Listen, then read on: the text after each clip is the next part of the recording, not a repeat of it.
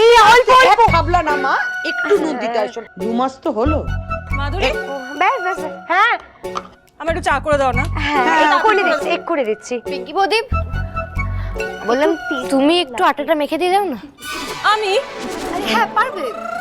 ছোট মা কি শুক্লা, আমি কি বলছি যে 3 বউ যখন কাজ করছে এক চোখামো করাটা কি ঠিক হবে? মানে তাহলে বড় বৌমা তুমি এসো না, দেখো ঠিক পারো, খুব ভালো, তুমি পারবে না এটা হতে পারে। এসো এসো, এই চলে চলে, এই দেখো কি সুন্দর, এই তোমরা শিখে নাও বড় বৌমার কাছে। এসো এসো এসো দিদি ভাই মানে দেখে শিখে নাও, ও তো বড়, চলো মাখো। হেল্প তো করো কেউ। হ্যাঁ দিদি ভাই আমি করছি। জল দেবো? বিয়ে 2 মাস যেতে না যেতেই রানী বড় বৌমাকেও রান্নাঘরে ঢুকিয়ে ছাড়লো।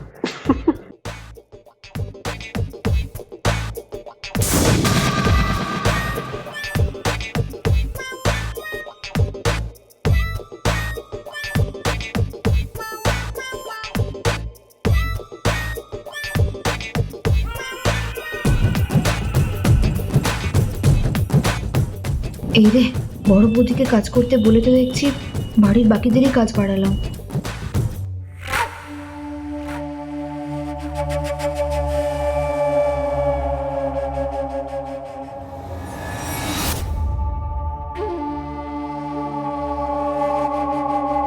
এইটা তো আমার বেবির হাত।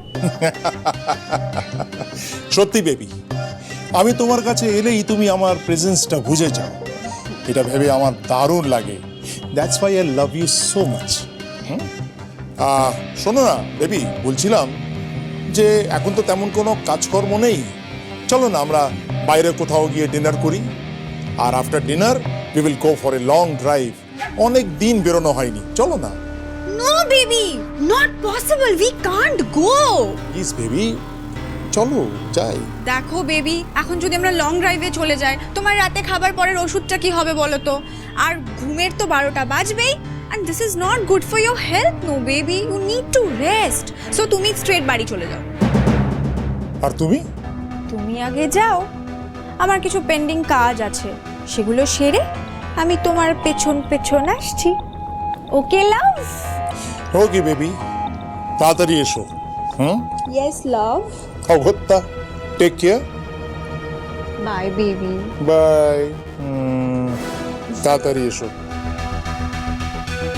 Bye baby.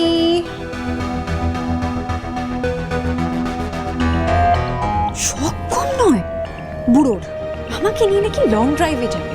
আমি এখানে কোথায় 2টো টিকিট রেখে দিয়েছি জয়ের সঙ্গে কনসার্টে যাব বলে, তা নয়। ওই বুড়োর কি শখ, আমি নাকি ওনার সঙ্গে লং ড্রাইভে যাব। ড্রিমস হোয়াট এভার। মিস্টার গুপ্তা,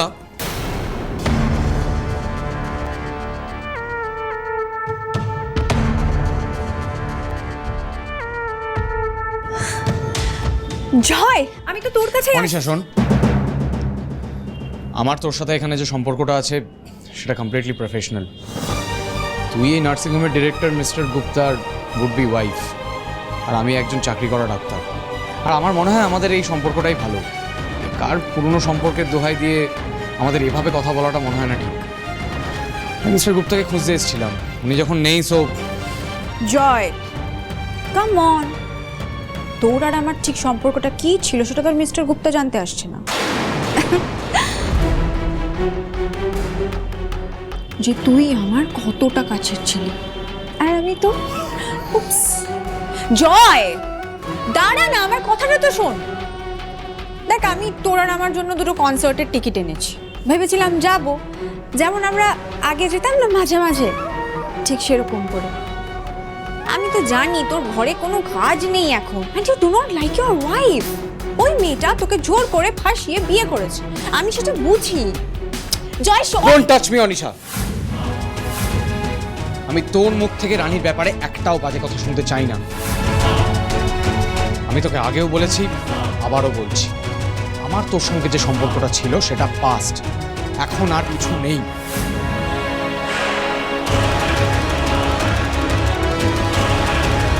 আমি এই মুহূর্তে বিবাহিত, আর এটাই আমার জন্য সত্যি।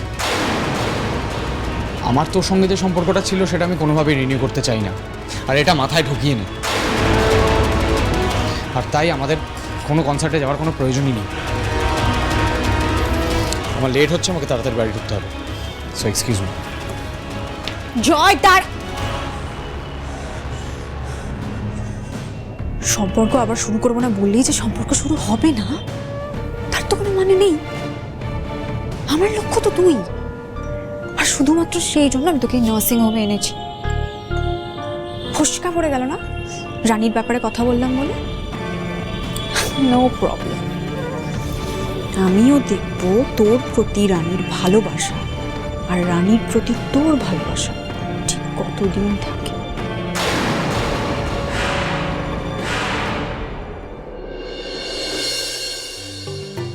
কেমন হয়েছে? ভালো হয়নি? আচ্ছা ঠিক আছে, তোমার এটা খেতে হবে না, আমি তোমার জন্য দুধ কর্নফ্লেক্স নিয়ে আসছি। তুমি নিজে টেস্ট না করে খাবারটা বাচ্চাটাকে খাইয়ে দিলে, দেখো তো ভালো লাগছে না খেতে এখন। না না মা, ভালো হয়েছে, কাম্মা তুমি খাওয়াও।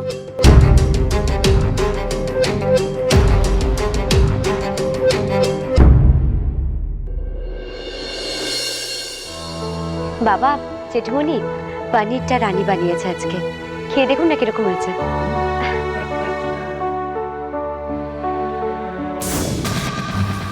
কি হলো, মুখটা এরকম কেন?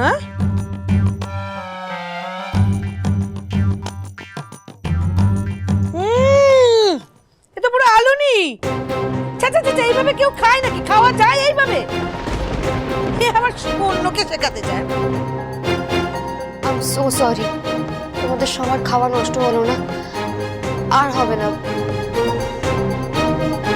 মিস্তি ভাই, নেক্সট টাইম থেকে তোমাকে খাবারটা টেস্ট করিয়ে নেব। সত্যি রোজ রোজ এমন সব রান্না করছো, কেউ তো মুখেই তুলতে পারছে না। ভালো লাগে বলো তো এভাবে খাবার নষ্ট হলে? সরি পিঙ্কি বৌদি। কি হয়েছে বলো তো, কি এমন হয়েছে? আরে বাবা, সবাই পাতে পাতে নুন দাও তো, সবাই আঙুল করে তুলে একটু তরকারির সঙ্গে মিশিয়ে নাও, বাস হয়ে গেল। এমনিতে তো স্বাদ ভালোই হয়েছে, ভেরি গুড।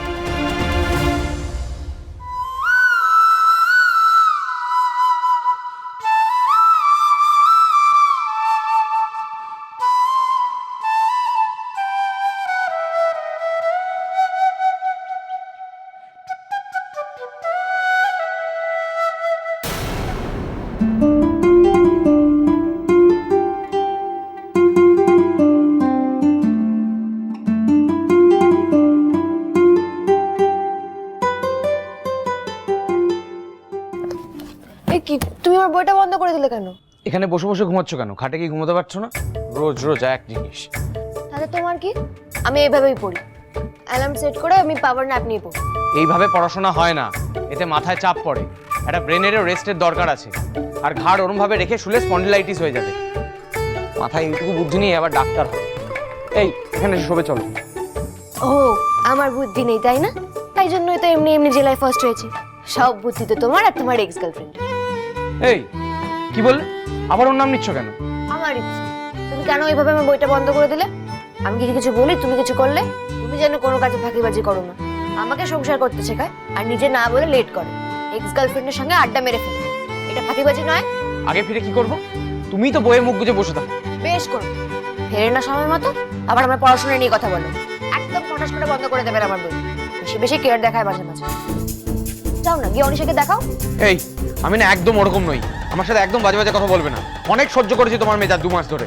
তুমি সহ্য করেছো, আমি সহ্য করেছি তোমার তুমি মেজাজ। সহ্য করেছো? হ্যাঁ। কিভাবে সহ্য করেছো? তোমাকে একবার সহ্য করতে। তুমি ওটা একদম চুপ। আমি আবার কথা বলবো? আবার চুপ। চলো শোবে, চলো চলো, এসো। পাতল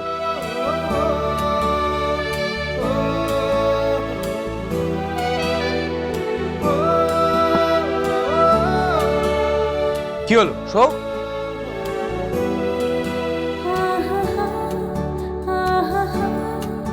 তুমি কিন্তু ভালো করছো। আবার এই শো।